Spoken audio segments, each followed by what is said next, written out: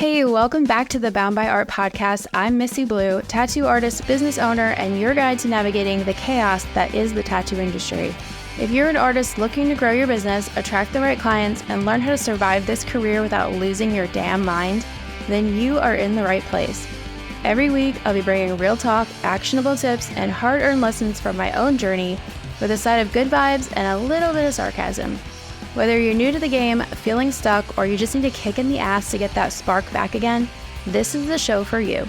Welcome to Bound by Art. Now let's get to work.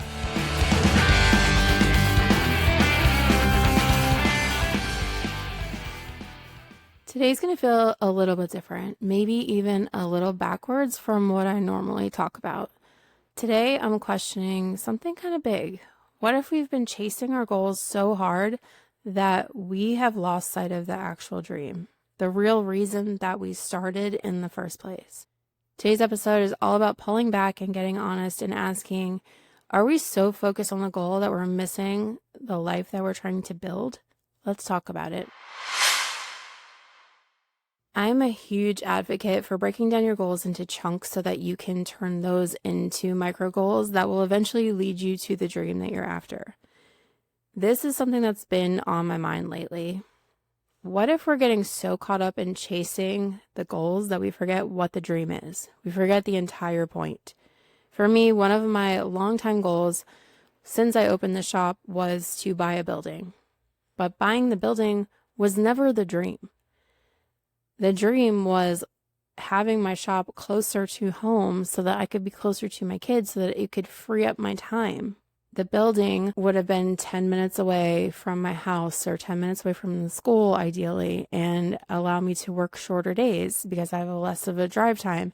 But the reality of this is I'm not going to be ready to buy a building anytime soon.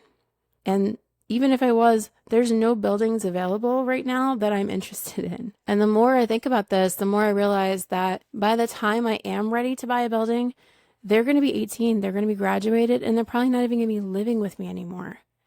The whole dream is fucking stupid. It makes no sense because in my mind, this whole dream was buy the building, move closer. But when I really think about it, that wasn't the dream at all. The dream was always to spend more time with my kids. So if I'm waiting until I have enough money saved and I find the perfect building in the perfect location before I spend time with my kids, I'm going to miss the entire opportunity to spend time with my kids. My time's going to be up. I have about 4 years right now before they graduate. And I'm honestly so grateful that I've come to this realization now and not 4 years from now. Now I can be really intentional about how I'm spending my time and reassess everything. Being a super goal-oriented type of person and a very results-driven kind of person, it's really easy for me to get caught up in the details and the goal, and that's just part of the equation. That was never the entire dream.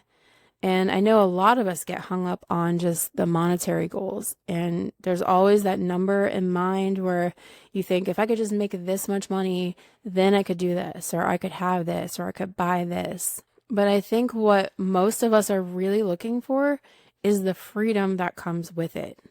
It is for me anyway. For me, it's being able to spend my time freely, being able to experience my life the way I want to and not have to make decisions based on scarcity, and not making money decisions because I have to, making them because I want to. So we have the tendency to focus on this monetary goal and not this deep-seated reasons that are actually behind it. And maybe I'm wrong, but I don't think anyone just wants to make money to make money.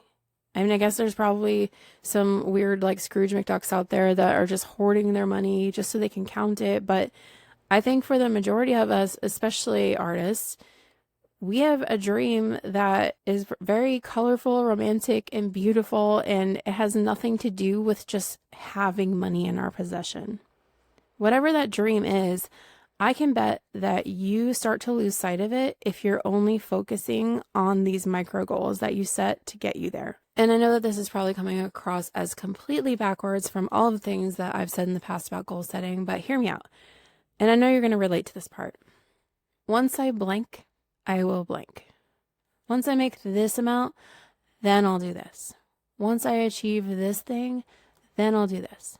We spend our whole lives chasing that goalpost because the goalpost keeps getting moved.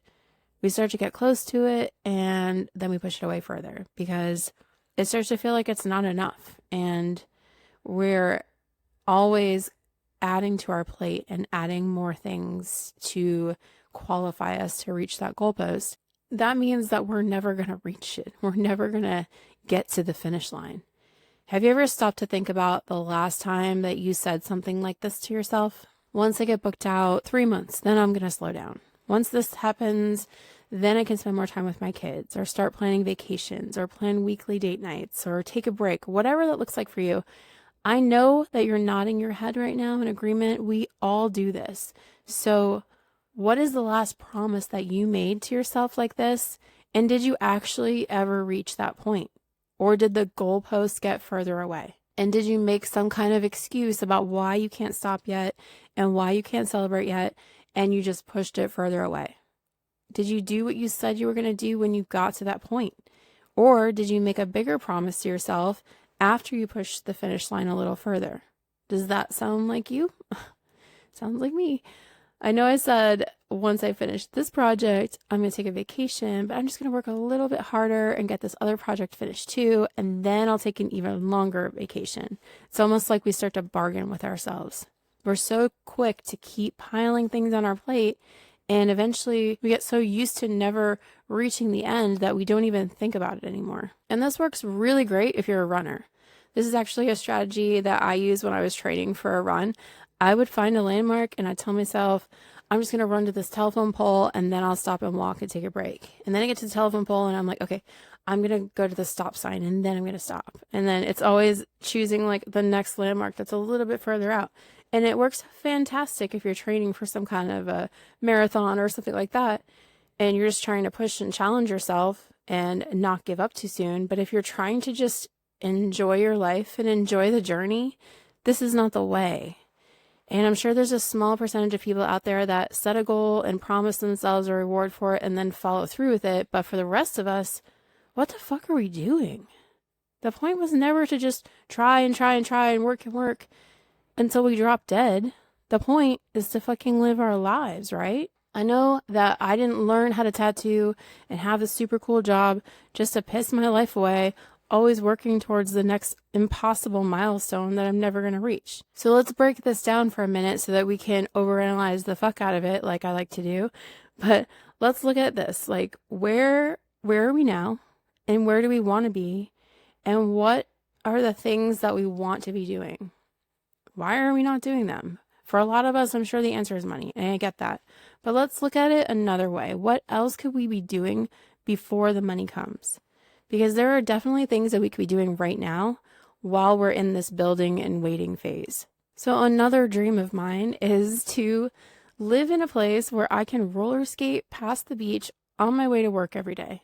And I just want to start my day outside, roller skating, looking at the ocean, smelling the ocean air, feeling the sun, feeling the breeze. Like, that's my happy place. And this is my goal solely because it's something that brings me peace. And I so deeply desire a peaceful, free life, even though it's very much the opposite of how I am living right now, which I think is the entire point. But in my mind, for years and years, this would require me to move to the beach, right?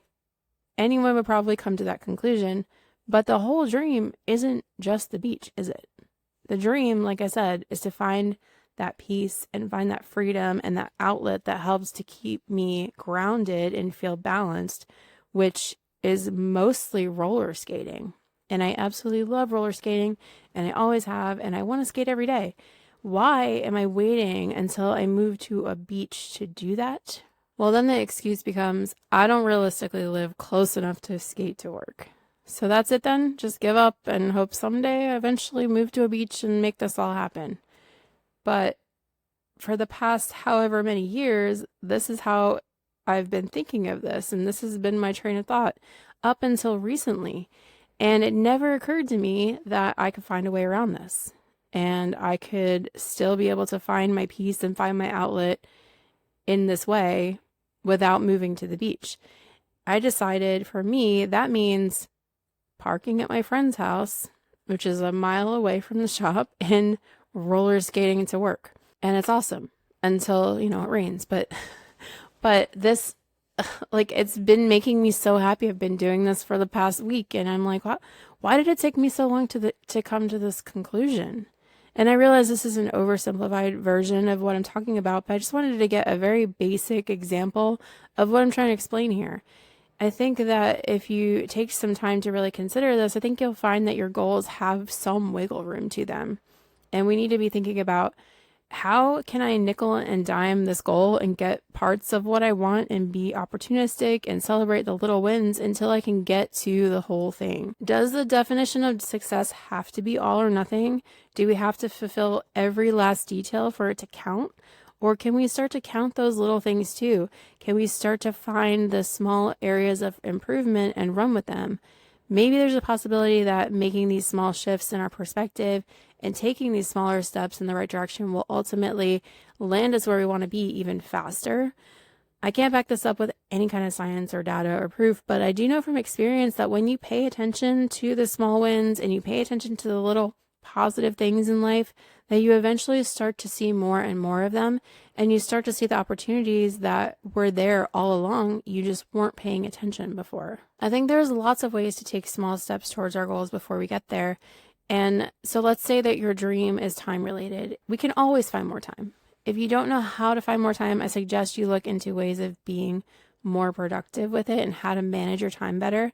I do have a few episodes on the subject if you want to go back and check them out, episode number 9 and 27.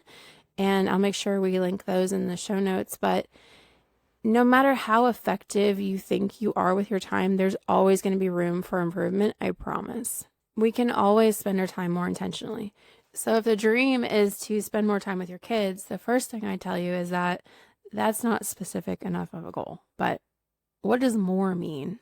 Is 2 hours extra a day more? Is 1 hour extra considered more? What about 30 minutes?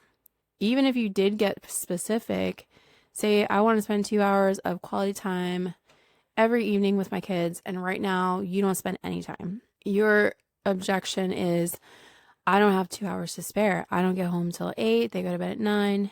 When I get home, it takes me a while to decompress, and then I have to do this and this. And by the time I'm finished, they're going to bed. And I won't be able to spend more time with them until I have a schedule that allows me to leave earlier and get home earlier.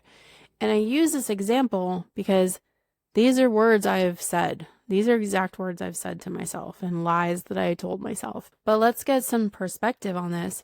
Instead of making excuses about why conditions aren't ideal and you can't do what you want until the magical moment you've been waiting for happens, what if you asked yourself what you can do in the meantime? Can you plan your day ahead and take some of those after work to-dos off of your plate and save yourself an hour at the end of the night? Can you find a way that helps you decompress and also includes them? Like maybe going for a walk together or do yoga together or lie in the grass and stare at the sky for 10 minutes together. Or can you go into work an hour earlier, which is what I did. Go into work an hour earlier so you can get home an hour earlier. And can you just suck it up and spend 30 minutes with them before bed doing something they enjoy? Isn't 30 minutes of quality time with your kids better than no minutes at all? Here's another example. The dream is to take 4 vacations a year, but you can't afford the time off yet. You can't afford the travel expenses yet. I get that. Let's dig deeper on your reason for the vacations, though. Is it because you like to travel? Or is it because you need the break? Or is it because you want to spend time with your family? Because you can have all of those things without the big, fancy, expensive trip. Last year, we were supposed to go to Outer Banks for a week. I couldn't afford the trip. I realistically could not justify it. But we didn't say, fuck it, and cancel the vacation. I mean, we did. We canceled the drive, canceled the hotel, and all of it. But we still took a vacation of sorts. I shortened it from a week to 4 days, which technically only ended up being 1 day off of work instead of 5. And we took little day trips each day, and we just stayed home. Did it look like we intended it to? No, it sure didn't. But did we still make memories and have a good time? Absolutely. We took turns choosing our adventures each day. We went to Calvert Cliffs to search for prehistoric shark teeth. Then we went to the beach and we went crabbing. And we made the best of it. And we still spent time together. and we still got to travel out of town. And that's what really actually mattered. Not that we dropped a few $1,000s on an expensive out-of-state trip. The point I'm getting at here is we don't have to wait to start feeling the results and the rewards of our achievements, and we don't have to wait until things are perfect before we get intentional about what we say we want. If you actually want the dream you say you're after, why wouldn't you take as much of it as you are able to now and find those in-between steps to start living the dream now? What are you waiting for? Don't waste your life away waiting for the magical moment for it to all perfectly line up, because it may never work out. And meanwhile, you miss those opportunities to find these little bits of happiness in your life while you're grinding away. All right, guys, that's it for today's episode. I hope you're feeling inspired and ready to make some moves today. Remember, it's all about showing up, putting in the work, and staying true to yourself. If you got something out of today's episode, share it with a friend who might need to hear it, and make sure to subscribe so we can keep this momentum going. Get updates on all of our latest episodes, events, and more by following us on social media at Bound by Art Project and by heading over to the website boundbyart.com. Thanks for hanging out and putting up with my shit. I'll see you next time. Now shut up, quit making excuses, and go get better.